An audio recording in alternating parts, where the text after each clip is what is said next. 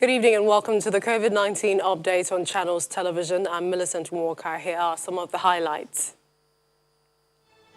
Compliance to COVID-19 protocols drops in some parts of Ogun and Kwara states. Lagos governor applies prerogative of mercy to actress Funke Akindele and husband and others. They were earlier convicted for flouting COVID-19 lockdown measures. And Europe grapples with a new surge in coronavirus cases.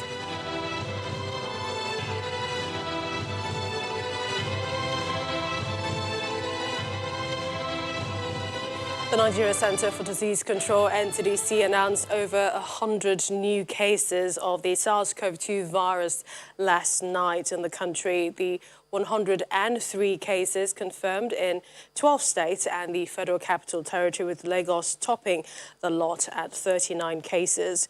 Rivers State, which recorded the second highest cases in 24 hours, has seen a daily case count since Monday, the 5th of October, totaling 136 COVID-19 cases. In the meantime, 148 people recovered from the virus. This was reported in 10 states, with Plateau, Rivers, Oyo leading the top highest recoveries, followed by Edo, Katsina, Imo, Kaduna, Bayelsa, the FCT, and Osun State. Till date, total confirmed cases inches closer to the 60,000 mark, and the death toll remains the same at 1,113 since last Saturday, October 3rd, and we hope that it stays that way. But the message remains the same: take responsibility to protect yourself and others. Now, Shao community in Moro local government area of Kwara State has appealed to the state government to provide more face masks, hand sanitizers to enable them combat the COVID-19 pandemic in the state. The community leaders say that even though most of the community members refuse to observe the measures, continuous enlightenment will help change the narrative.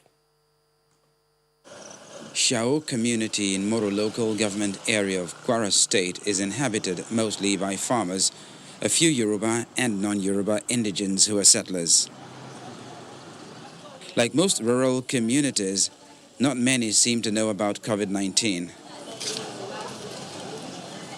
Some leaders of the community affirm the existence of the virus and note that several efforts are still being made to enlighten the people. Everybody, either in the market, in the church, in the mosque, wherever you be, especially where people more than 2, 3, 4, 5 are there, we mandate them and force them to use mouth masks.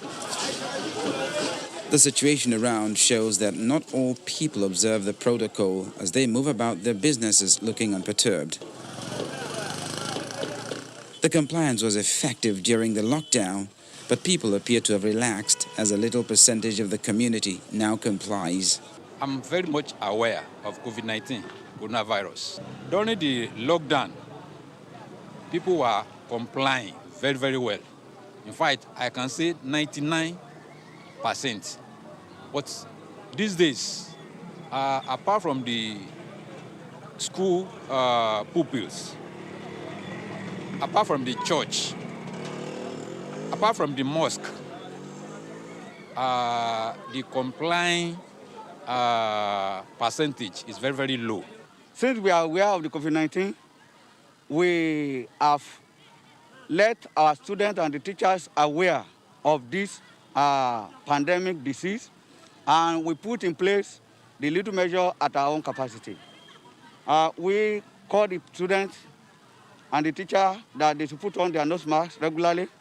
They should maintain social distance, and as well to sanitize their hand by washing it regularly, often, and as well to use a sanitizer.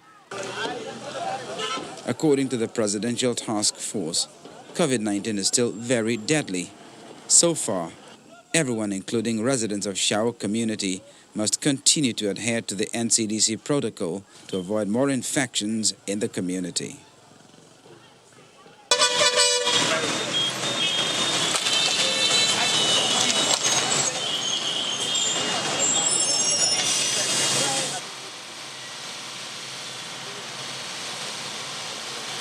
Well, the COVID-19 protocols, the practice is far becoming abandoned, as observed by our correspondent who monitored some of the motor parks where students board vehicles to their schools.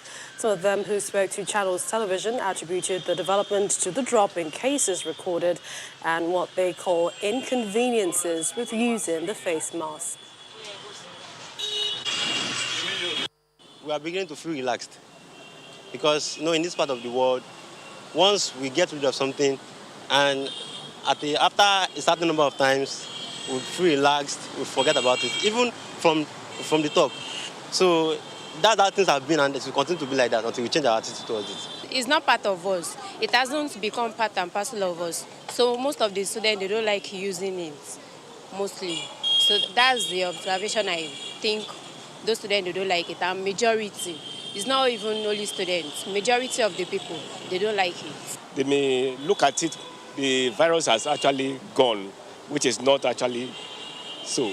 Like some will be in haze of, or probably forgetting the face masks or not keeping the social distance.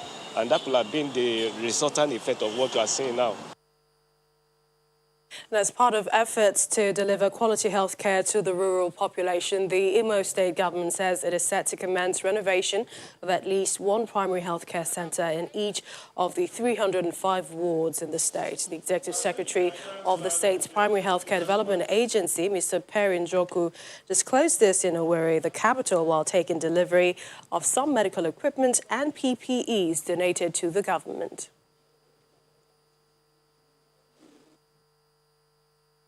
The most important thing His Excellency has done for us is to give us the enabling environment, and again, putting in place, because of his drive for the primary health care, we are just about setting to renovate at least one primary health center in each ward, in the 305 wards of Imo State. We've already concluded the needs assessment, both for infrastructure and basic medical equipment. We've also concluded the assessment for HR requirements. And good thing, with his encouragement, we've been able to qualify for assessment of the Basic Healthcare Provision Fund in order to boost the government efforts. Well, it's been a complicated election year for Africa. At least 9 countries postponed elections due to the outbreak of COVID-19. A handful of African countries, including Guinea, Cameroon, Mali, Benin and Burundi, have already held balloting since COVID emerged, with critics complaining of some health risks. Nigeria did the same, apart from the by-elections in some states, in Edo as well last month. But how prepared is INEC ahead of the Ondo elections tomorrow? We have joining us from Abuja studios Dr. Asad Hassan. He's the Deputy Incident Manager on the Presidential Task Force on COVID-19 and coordinates with INEC on conducting elections within the context of the coronavirus pandemic. Thank you, Dr. Hassan, for joining us on the program. Thank you for having me, Millicent. Let's begin, and that is with what we experienced in the Edo governorship election. Has there been any indication of perhaps voting-related outbreaks of COVID-19? So far, we haven't seen any clear objective evidence of an increase in the number of cases in Edo State that can be linked to the recently concluded elections. Recall the election happened on the 19th, I believe, of September. So if you subtract and add, a few days leading to the election, summing up all the series of pre-campaign activities that happened, the rallies, the campaign activities, like I said, and following immediately after the campaign, when you average the number of cases that Edo State was recording as at that time, and you compare to what we are having now, I think we are about just about 3 weeks after the Edo election. There hasn't really been any appreciable increase or rise, if you may, in the epic of in Edo State. Like I said, this is 3 weeks post-election. So far, we haven't seen any clear evidence to demonstrate that there has been any rise in cases linked to the elections. However, we will continue to monitor moving forward. So even though that is good news, some may argue that perhaps we haven't tested as much. But then when we look at what happened in the last election, some people were wondering about the COVID-19 protocols because the 2 meters distancing, for example, was thrown out the window. And this is as we're moving into another election tomorrow if preparations are in place. Yes, so during the Edo elections, we saw it was actually a mixed bag. We actually saw instances where we had people wearing the face masks and the physical distancing was also observed. However, in some areas, we saw that such non-pharmaceutical interventions were not really observed. So let's recall INEC came up with the policy, the COVID-19 policy, some months back, and with the support of the Presidential Task Force, it was piloted in a state, in a by-election in Nasarawa State. So it was based on lessons learned during that exercise that we now moved forward with it to the Edo gubernatorial elections. In that pilot, indeed, we had people who, because of the no face mask, no voting policy, some people were actually wore masks for the first time during that exercise. We had very minimal issues with physical distancing during the pilot in Nasarawa State. So overall, we had satisfactory evidence that made us comfortable enough to move the policy into the larger Edo gubernatorial elections. So like I said, this is a COVID-19 era. We're all learning day by day. Who would have ever thought that a body, electoral management body, will set up to conduct elections, will factor in health-related aspects into its activities. So we noted the successes we had in implementing the policy in Edo State. We also noted the gaps that we had in the Edo elections, and we're learning from those, both the success and the gaps, to improve things forward as we move on to the Ondo elections.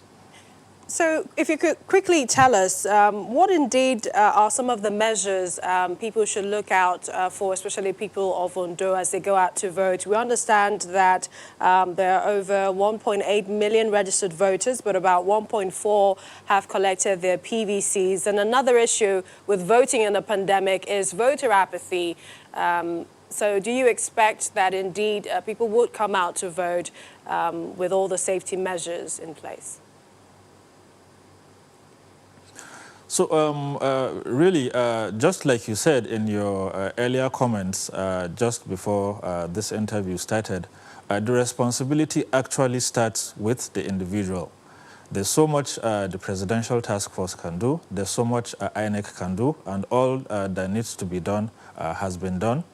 If you recall, for both the Edo and the Ondo elections, the INEC chairman, including his national commissioners, all visited those states, not just to assess preparations towards the conduct of the elections, but also to emphasize the COVID-19 policy. To my understanding, this is the first time that the INEC chair will attend what they call an interagency consultative committee on election security in both states. This is just to emphasize the importance of the COVID-19 pandemic, in addition to the other statutory responsibilities of the agency. So I am aware that thermometers have been provided,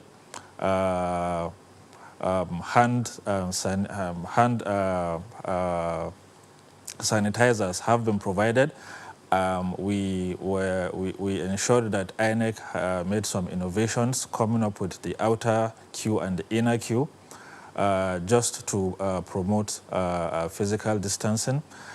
So like I said, the onus really lies on the individuals that are coming out to vote, for them to understand that this virus is still there, the pandemic is still on, and it is only by practicing this what we call NPIs, non-pharmaceutical interventions, that we can prevent ourselves and also the vulnerable populations at home from acquiring this disease. Dr. Asad Hassan, thank you so much for joining us on the program, the Deputy Incident Manager on the Presidential Task Force on COVID-19. Thank you. Thank you very much for having me. We have more on the COVID-19 updates when we return. Stay with us.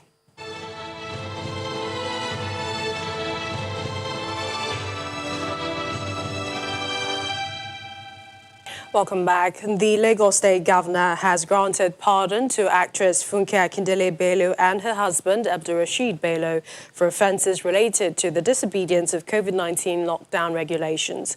According to the Director, Public Affairs, Ministry of Justice, Mr. Kayode Oyekomi, he noted that the couple was granted pardon because they were non-custodial convicts. The statement further reveals that 56 inmates from various correctional centres were granted state pardon after due examination of their case files, length of time served, offence gravity, old age and ill health, among other parameters. The Attorney General also enjoined the beneficiaries to be good citizens and stay away from crime. Now, temperatures are falling in Europe, and the biggest story in Germany right now is the rise in coronavirus infections and the fear of a second wave.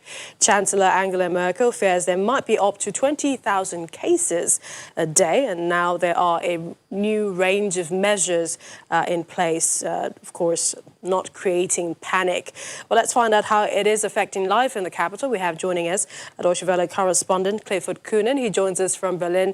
Hello, Clifford. It looks like Germany was on top of the situation at the beginning. What happened? Well, there were 4,516 new infections today, and Germany had been one of Europe's best countries at managing the crisis. But the recent flare-up has reawakened fears of a second wave of infections. Authorities always said things would start to get difficult again once temperatures started to drop. So the focus is now moving to the cities.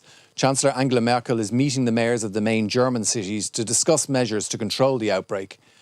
Most of the new infections are young people, and the mortality rate so far is lower than earlier in the pandemic, so there is a kind of a positive element there. The capital Berlin and the financial capital Frankfurt have both hit the level that the government defines as risky, which is 50 new cases per 100,000 residents over a 7-day period. And the head of the Robert Koch Institute here has warned that the caseload is rising all over the country. Track and trace is a big issue here, and Germany has just introduced a new rapid test, which gives a result after 15 to 30 minutes. So there's lots of measures coming out. How will the new restrictions play out, especially this weekend? And tell us more about speed testing. Berlin is a party town, but it's also Germany's worst hotspot right now. And the city has been tightening restrictions on the city's nightlife and social gatherings after various districts within the city surpassed the government's warning level. These measures are mainly aimed at clamping down on private parties and illegal parties, which the Berlin authorities see that are driving the infection rate. Bars and restaurants will unfortunately have to close between the hours of 11 p.m. and 6 a.m. I spoke to one bar restaurant owner, and he said it would affect his business because people do like to go out late in Berlin. But he also said that people would adjust. He just hoped that people wouldn't stop going out altogether. Private events and meetings indoors can have a maximum amount of 10 people. And during the day, groups of up to 50 people are still permitted to meet outdoors. How close is Germany to finding a vaccine, Clifford? Germany is playing a leading role in finding a vaccine. European regulators are currently evaluating early data from a coronavirus vaccine being developed by the German company BioNTech with the US giant Pfizer. It's a fast-track procedure which is aimed at speeding up the approvals process. So that's in phase 3 late-stage human trials, and more than 37,000 people are taking part in the BioNTech Pfizer study. And that's in the US, in Brazil, South Africa and Argentina. More than 28,000 of them have recently received their second shot, apparently.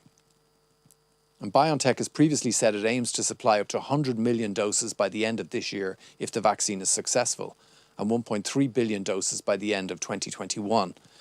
But still here, the main focus is on mask wearing, hygiene and social distancing. The health minister said that Germany must not gamble away what it's achieved so far. Deutsche Welle correspondent Clifford Coonan, thank you so much for that update and do stay safe. Now, England is seeing a rapid rise in cases, according to the Office of the National Statistics, with 1 in 240 infected. Several European countries are registering record spikes as well, while China is joining the international COVAX scheme to get vaccines to developing countries. Here's more on the global update. Data from the Office of National Statistics shows that an estimated 1 in 240 people in England were infected with coronavirus after cases increased rapidly at the end of September. The ONS estimates that 7,200 people a day were being infected in homes in England between September the 25th and October the 1st. The figures come as science advisors warn hospital admissions are very close to levels in early March, and ministers say cases are getting out of control. According to reports, England is expected to announce a new 3-tier system for local restrictions next week. Russia has reported the highest daily number of coronavirus infections since the pandemic began, with 12,126 in the past 24 hours. The previous record was on May the 11th, with 11,656 new cases. The Spanish government has ordered a 15-day state of emergency to bring down COVID-19 infection rates in the capital after a court overturned a partial lockdown imposed a week ago. Madrid and 9 nearby cities will see restrictions on movement enforced. Over in France, the government has imposed tighter coronavirus restrictions in 4 more cities with high infection rates. Bars and restaurants will have to close, as they did in the capital earlier this week. Brussels Premier Rudy Vervoort has tested positive for COVID-19. It comes after the whole Brussels regional government went into self-isolation on Wednesday night, and a Flemish minister's office colleague died of the virus. From today, Belgians can keep only 3 close contacts, let 4 people into their homes at the same time, and cafes have to close at 11. You can find more updates and a better understanding of the pandemic on our website. That's channelstv.com. That's the program this evening. Thank you for watching. I'm Millicent Wonka. Stay safe.